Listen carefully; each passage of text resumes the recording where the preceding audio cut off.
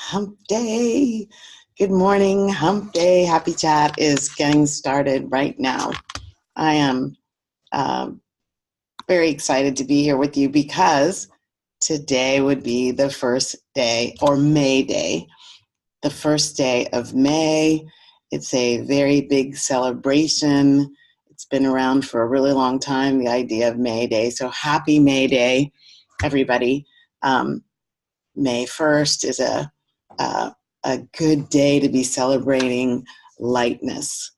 I looked up May Day on Google, and history.com says a whole bunch of stuff about it. So here's some neat little tidbits. It dates back millennia, this concept of May Day. And it's really largely in history, European history especially, associated with the advent of spring. So it's basically in the British Isles. It was the most important day of the year, believe it or not. The Celts believed that May 1, they would hold the festival of Beltane, which was a festival that was supposed to signal between the changing of the light, the dark into the light, moving from darkness into light. During the 19th century in the Americas, it became associated with the Industrial Revolution, and that's a whole nother thing. But I love this whole, spring, like, yay! One of my students painted these beautiful sunflowers, and they stay on my desk to remind me of spring. This was one of her capstone projects. I asked the students to get out of their left brain and get into their creativity centers when they're talking about some of the things that we talk about. And so this was Patricia's. It's beautiful. So hello. Happy May Day. We're at the split of the year, dividing the darkness into the light, especially in the northern hemisphere. That might not be true in the southern hemisphere, but where I am. And so we're going to talk today about this whole concept of moving out of the dark and into the light. I'm Valerie Shepard, coming to you from the Hartley Center for Mindfulness and Self-Mastery, where we help you get clearer on who you are and who you're being and how that contributes to what it is you want in your life. So self-mastery, mastering you in your life so that you can exquisitely manage whatever your life brings your way. Hopefully less darkness, more light. You get to be the co-creator of that experience. So that's what we're talking about today. So this topic is a beautiful one. I love this quote as a part of setting it up. Hi, everybody. Thanks for joining. I see you. Thanks for joining. Very glad to have you here. I'm grateful and I appreciate your presence. Share. Help others who might be in the darkness and not know how to get into the light to come on board. Okay, so this quote, everyone who knows me knows I love quotes. And what I love about them is they carry wisdom and they also carry energy. And they can stimulate our connection to a higher truth, a deeper lesson, deeper movement of energy within ourselves. So that's why I use them. I use them in my books. I use them in my class. I use them on my bathroom mirror to remind me of the energy movement that I would like. So today, in this concept of out of the darkness into the light, I love this quote by Arthur Ashe. Start where you are, use what you have, do what you can. And this is a really beautiful self-mastery quote. Start where you are, use what you have, do what you can. Now, just a tidbit about Arthur Ashe. Many people may not know him today. He died in 1993. He was an amazing tennis player, a winner of the Presidential Medal of Freedom posthumously after he died. He was the first Black player to make the United States Davis Cup team. He was the first and only Black man to win 3 Grand Slams. So he won the United States Open, the Australian Open, and Wimbledon. He was ranked number 1 2 times in his career in 1968, 1975. 1976, he topped out at number 2. So an incredible man who, I printed out a picture of him. I forgot to go get it. Google Arthur Ashe. Really beautiful stuff. Interestingly, and unfortunately, he was taken from us fairly young. He died in his 40s of AIDS, HIV/AIDS. He created a foundation to help generate money to help treat AIDS and to scientifically understand it better. And here's the interesting fact. He contracted AIDS from a blood transfusion when he was having heart bypass surgery. And so what a beautiful story of this enormous accomplishment through his physical body and athleticism, and then to be struck down through this physical dynamic as well. And to have a heart that, is so much around serving others and helping people move from the darkness into the light.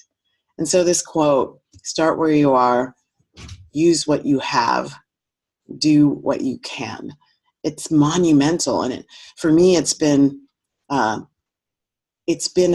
nice, a spotlight, something to kind of move toward as I've been in darkness. So let's talk about darkness. So where are you? So darkness, I'm not talking about total pitch black, right? You don't have to be so downtrodden and have things totally pitch black to kind of sort of have a feeling like I'm not really sure where I am. So like what's going on with me right now, I feel like I'm in a transition where I know where I'm coming from, and I know what my vision and what my heart mission is. I know what my purpose is. I feel clear on that. And yet I'm at a place where the way it has been is not the way it's necessarily going to be in the not too distant future.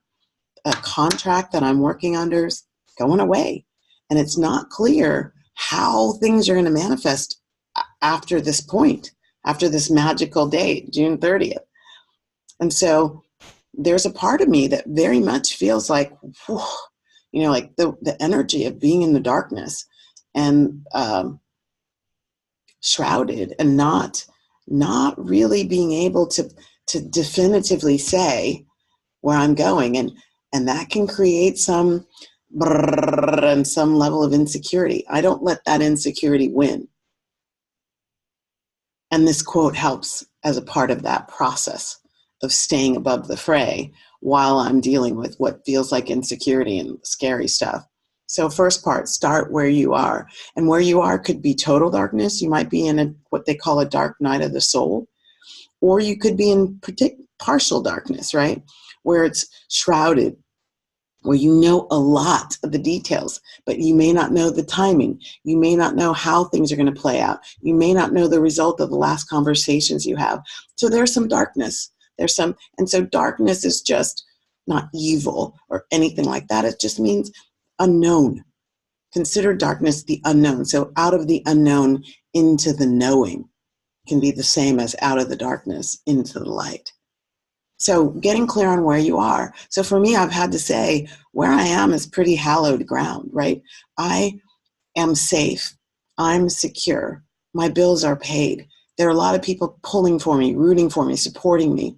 I'm getting phone calls of options.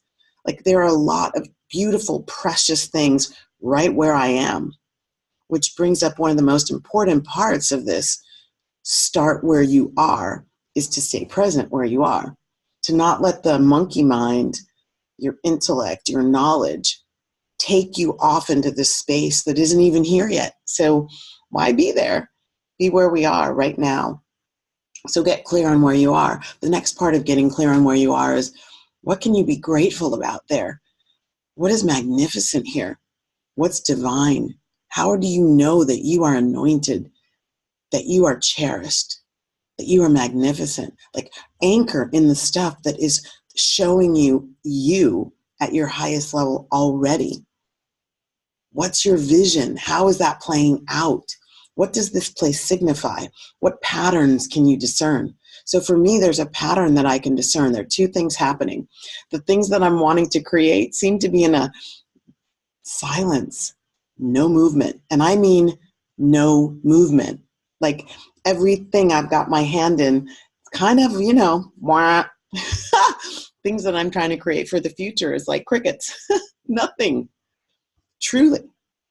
People aren't calling me back. We really love this. Nothing.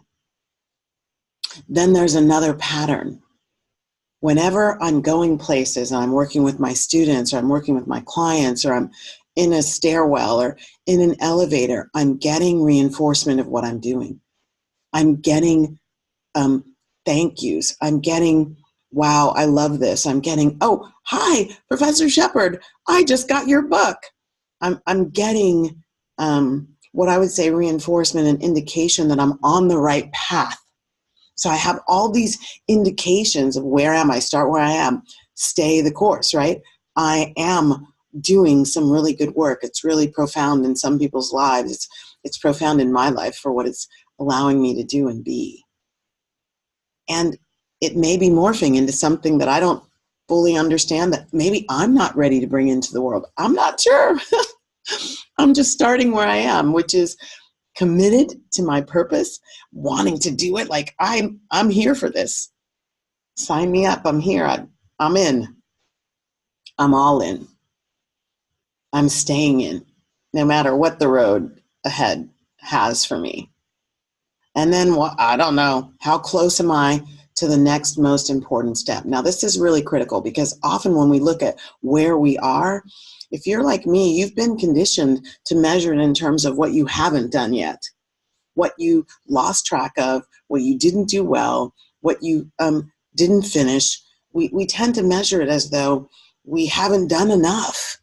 Because if I had done enough, all those things I'm wanting to have happen would be happening, right? That's not exactly true. And when we anchor in that, we're anchoring in lack and limitation. We're anchoring in things not happening as our energetic resonance. And in law of attraction, law of reflection, law of karma, law of reciprocity, that only brings to you more of the lack and limitation that is what you don't want. So I'm really taking a moment, every moment that I can, to really anchor in on what is this place and what is the magnificence of it? What is right about it? How is it perfect that I'm here in this place where I can't tell what's happening? How is that perfect? How can I see fullness and bounty and magnificence to build on instead of call out all the ways that maybe it didn't do enough?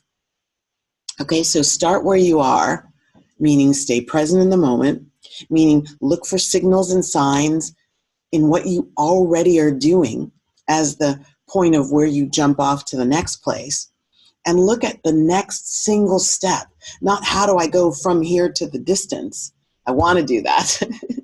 First, I want it to be easy and I want to just leapfrog, right? All the way to the end of the path because I'm all about the destination. And then I have to remind myself, well, there's a lot on this journey that could benefit me. And there's a lot on this journey where I could be a blessing to others. And I'm willing to get back into high light, out of the darkness of I got to feel secure, and into the light of I am secure. I am taken care of. I am a most prized possession of the one true love, just like you. And to anchor in that as we create the next step, the next one step. So use what you have. This is the next part of the quote. Start where you are. Use what you have. What do you have? What resources are available to you?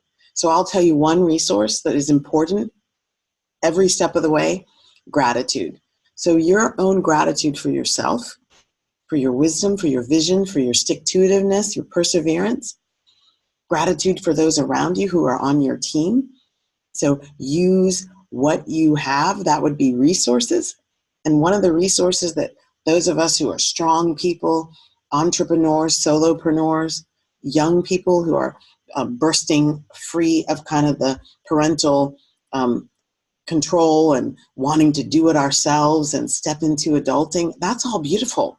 And yet there are important resources that can make that journey powerful, fun, light, lightness of being and into the light. Thank you for joining. I see you all. Thank you so much. I'm on my computer, so I can't see all your names. When I do it on my phone, I can see that, but I can't when I'm on my laptop. So I just say thank you to all of you. What resources are available? Look beyond the self. Remember to create your team. Remember you already have a team. Who's on your team? Who's on your team? I'm going to take a moment to thank all the people on my team. So that's family and friends and colleagues and the universe and my angels and the ancestors and everybody who is helping uplift me, helping fortify me, helping anchor me into the space of possibility, helping me stay in an open-hearted yes, I'm all in, and helping me stay in belief and faith and not slip into fear, insecurity, wanting, and working harder to make it happen because I can't see it's happening right now. Remember, surface appearances can be very deceiving. Surface appearances can be very deceiving. And in the stage of the quote, use what you have, one of the things you have is your voice. And one of the things you might need to use that voice for is to say, I need some help. And maybe you don't even need the word need. Maybe you could just say, I would like some help. Yesterday, I was at the elevator in the parking structure here at UCI, and sometimes the elevator doesn't work. And so I was standing there for what seemed like an eternity. It was like 3 or 4 minutes. But I had to get somewhere by a certain time. I was speaking last night. So I was kind of wanting to get moving. And I decided I'm going to go up the steps, which is not the easiest thing for this body, and especially when I'm carrying my briefcase. But I started up the steps, and I was like taking it nice and slow. And this very generous and kind young woman said, do you need some help?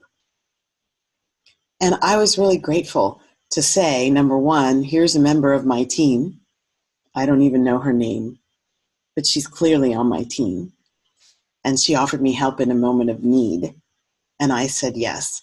And she grabbed my briefcase and took it the rest of the way up the stairs. And it was a precious moment, a precious reminder of what using what you have, what's available to you in the present moment, what it can really mean. And in that moment, what I felt was, here's an opportunity for Valerie to open her heart to receiving.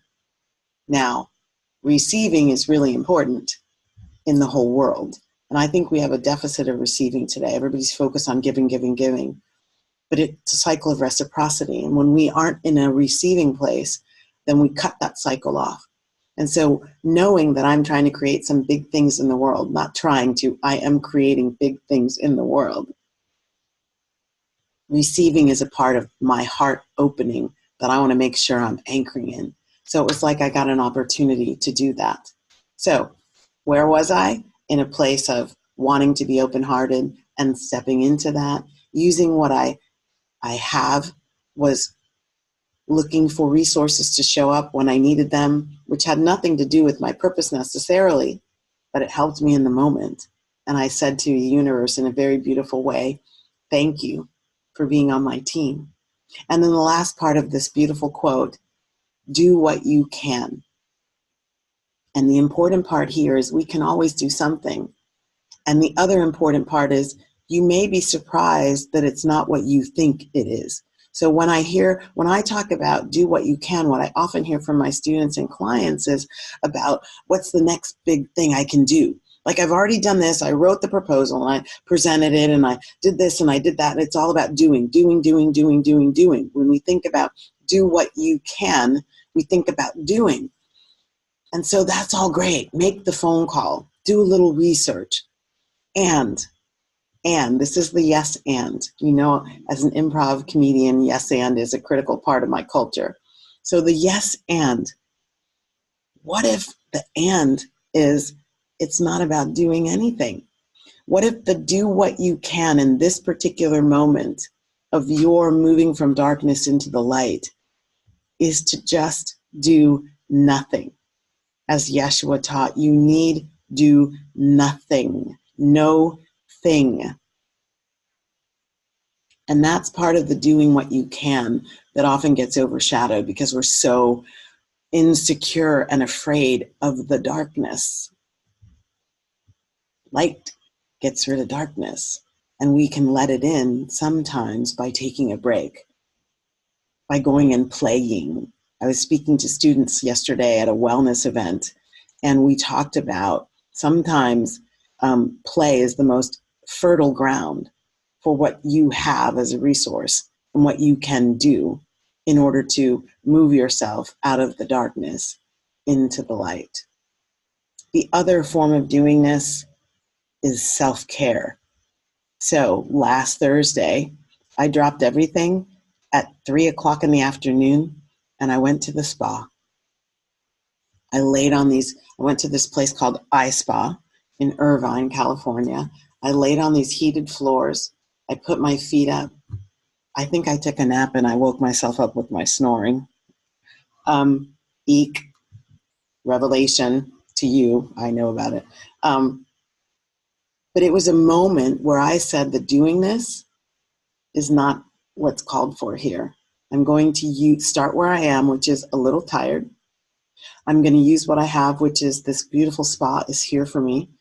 And I can go there and just rejuvenate, get in the hot tub, get in the sauna, $25 a day. I encourage you to look for one of these wherever you are. $25, all day use. And I just sprawled out. I read my book and I listened. What is it that I needed? So remember that self-care is a part of the do what you can. Start where you are might be a deficit of self-love. And you can give that to yourself all day, every day. You should be. And maybe when it looks like it's dark, maybe that's the light you're supposed to be bringing to the situation. Self-love is a part of the lightness of you. And any time that you can bring that into the situation, you are moving out of darkness into light, or you're moving out of partial light into greater light. So that's it, my quote for the day. Start where you are, use what you have, do what you can. And I hope that this takes wherever you are and brings a little more lightness into it. Thank you for blessing me with your presence. I am so blessed to be able to do these Hump Day Happy Chats, although I'm changing them up coming here soon. I'm working on that. So I will be unveiling something even newer and different sometime soon. I don't know when, because that's part of what's in the potential darkness, but I'm working it out. Thank you so much for being here. This has been Valerie Shepard from the Hartley Center for Mindfulness and Self-Mastery. Happy Hump Day. Many blessings. Go out there and live your happy to be me. Mwah, mwah, mwah. Thanks for coming. Please share, please share, please share. Bye now.